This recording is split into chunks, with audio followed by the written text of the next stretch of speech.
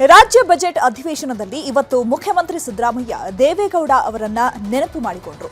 ಕುರಿಗಳನ್ನೇ ಲೆಕ್ಕ ಹಾಕಲು ಬರದ ನನಗೆ ಹಣಕಾಸು ಖಾತೆಯನ್ನ ದೇವೇಗೌಡರು ಕೊಟ್ಟಿದ್ದು ಹೇಗೆ ಅಂತ ಸಿಎಂ ನೆನೆಸ್ಕೊಂಡು ಮಾತನಾಡಿದ್ರು.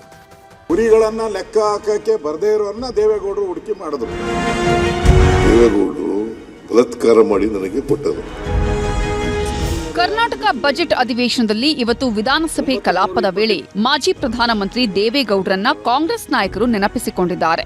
ಕುರಿಗಳನ್ನ ಲೆಕ್ಕ ಹಾಕಲು ಬಾರದ ಸಿದ್ದರಾಮಯ್ಯ ಅವರನ್ನ ಎಚ್.ಡಿ. ದೇವೇಗೌಡ ಹಣಕಾಸು ಸಚಿವರನ್ನಾಗಿ ಮಾಡಿದ್ರು ಅಂತ ಪ್ರತಿಪಕ್ಷ ನಾಯಕ ಆರ್ ಅಶೋಕ್ ಮುಖ್ಯಮಂತ್ರಿಗಳನ್ನ ಕಿಚಾಯಿಸಿದ್ರು. ಆಗ ಸಿಎಂ ಮಧ್ಯಪ್ರವೇಶ ಮಾಡಿ ದೇವೇಗೌಡರು ಮುಖ್ಯಮಂತ್ರಿ ಆಗಿದ್ರು. ನಾನು ಕಂದಾಯ ಇಲಾಖೆ ಕೇಳಿದ್ದೆ, ಆದ್ರೆ ಜಾಲಪ್ಪನವರಿಗೆ ಕೊಟ್ರು. ಆಮೇಲೆ ನನಗೆ ಹಣಕಾಸು ಖಾತೆ ಕೊಟ್ರು. ಹಣಕಾಸು ಖಾತೆ ಬೇಡ ಅಂದಿದ್ದೆ, ಆದ್ರೆ ನನಗೆ ಒತ್ತಾಯ ಮಾಡಿ ನೀಡಿದ್ರು ಅಂತ ಸಿಎಂ ನೆನಪಿಸಿಕೊಂಡ್ರು. ದೇವೇಗೌಡರು ಫಸ್ಟ್ ಟೈಮ್ ಇವ್ರನ್ನ ಫೈನಾನ್ಸ್ ಮಿನಿಸ್ಟರ್ ಮಾಡಿದ್ರು. ದೇವೇಗೌಡರು ಕುರಿಗಳನ್ನ ಲೆಕ್ಕ ಹಾಕಕ್ಕೆ ಬರದೇ ಇರೋರನ್ನ ದೇವೇಗೌಡರು ಹುಡುಕಿ ಮಾಡಿದ್ರು. ನಾನು, ಸಿಂಧ್ಯಾ, ಜಾಲಪ್ಪ, ದೇವೇಗೌಡರು 4 ಜನ ಮಂತ್ರಿಮಂಡಲ ಮಾಡಿದ್ರು. ಆಗ ನಾನು ರೆವಿನ್ಯೂ ಕೊಡ್ರಿ ಅಂತ ಕೇಳಿದೆ. ನಾನು ಫೈನಾನ್ಸ್ ಬೇಡಪ್ಪ ಅಂತ ದೇವೇಗೌಡರಿಗೆ. ಆಗ ದೇವೇಗೌಡರು ಬಲಾತ್ಕಾರ ಮಾಡಿ ನನಗೆ ಕೊಟ್ಟರು. ಅವತ್ತು ದೇವೇಗೌಡರಿಗೆ ಏನಾನ ದೂರದೃಷ್ಟಿ ಇತ್ತನೋ ಗೊತ್ತಿಲ್ಲ. ಅಷ್ಟಕ್ಕಾದ್ರೂ ಅವ್ರಿಗೊಂದು ಧನ್ಯವಾದ ಹೇಳ್ಬಿಡಿ. ನಾನಲ್ಲ, ನೀವ್ ಹೇಳಿ, ನನಗೆ ಬೇಕಾದ್ರೆ.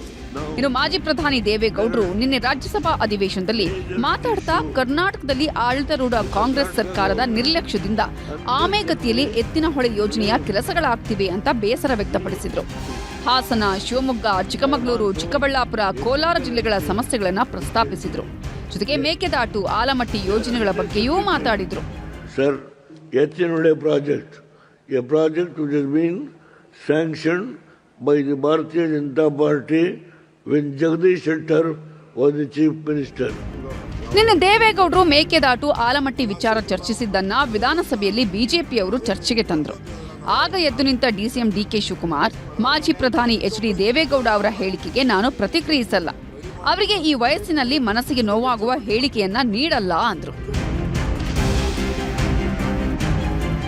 ಇಷ್ಟೆಲ್ಲದರ ಮಧ್ಯೆ ವಿಧಾನಸಭೆಯಲ್ಲಿ ಬಜೆಟ್ ಮೇಲಿನ ಚರ್ಚೆಯಲ್ಲಿ ವಿಪಕ್ಷ ನಾಯಕ ಆರ್ ಅಶೋಕ್ ಬಜೆಟ್ ಬಗ್ಗೆ ವ್ಯಂಗ್ಯ ಮಾಡಿದ್ರು. ಇದು ಕ್ರೆಡಿಟ್ ಕಾರ್ಡ್ ಬಜೆಟ್ ಆಗಿದೆ, ಹಣಕಾಸಿನ ಶಿಸ್ತು ಪಾಲನೆ ಆಗಿಲ್ಲ, ಸಾಲದ ಆಕ್ಸಿಜನ್ ಮೇಲೆ ನಿಂತಿದೆ, ಇದು ಖಾಲಿ ಟ್ರಂಕ್ ಬಜೆಟ್, ಖಾಲಿ ಚೆಂಬು ಅಂತೆಲ್ಲ ಹೇಳಿದ್ರು. ಆಗ ಮಧ್ಯಪ್ರವೇಶಿಸಿದ ಡಿಸಿಎಂ ಡಿಕೆ ಶಿವಕುಮಾರ್, ಹಾಗಾದ್ರೆ ನಿಮ್ಮ ಕೇಂದ್ರದ ಬಜೆಟ್ ಡ್ರಮ್ ಎಂದ ಹೇಳೋಣವೇ ಅಂತ ಆಕ್ರೋಶ ಹೊರಹಾಕಿದ್ರು. ಆಗ ಅಶೋಕ್ ಡಿಕೆ ಶಿವಕುಮಾರ್ ಕುರ್ಚಿ ವಿಚಾರವನ್ನ ಮುನ್ನೆಲೆಗೆ ತಂದ್ರು. ಇದು ಕ್ರೆಡಿಟ್ ಕಾರ್ಡ್ ಬಜೆಟ್, ಇದು ಹಣಕಾಸಿನ ಶಿಸ್ತು ಪಾಲನೆ ಇಲ್ಲ, ಸಾಲದ ಆಕ್ಸಿಜನ್ ಮೇಲೆ ನಿಂತಿರುವಂತದ್ದು. ಒಂಥರ ನಾವು ಹೇಳಿದಿರಿ ಖಾಲಿ ಚೊಂಬು ಅಂತ. ಬಜೆಟ್ ಓದಿದ ನಿರ್ಮಲಾ ಸೀತಾರಾಮ್ದು ಏನ್ ಬಜೆಟ್ ಕೊಟ್ರು ಅದನ್ನ ಖಾಲಿ ಡ್ರಮ್ಮು ಅಂತ ನಾವು ಎಕ್ಸ್ಪ್ಲೇನ್ ಮಾಡಿ. ಆಯ್ತು, ವೆರಿ ಗುಡ್.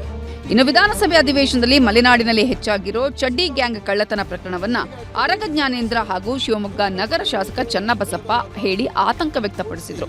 ಇದೆಲ್ಲ ಆತಂಕ ಪಡುವ ಪ್ರಕರಣಗಳಲ್ಲ ಅಂತ ಗೃಹ ಸಚಿವ ಪರಮೇಶ್ವರ್ ಕೊಟ್ಟ ಹೇಳಿಕೆ ಬಿಜೆಪಿಯವರನ್ನ ಕೆರಳಿಸಿತು.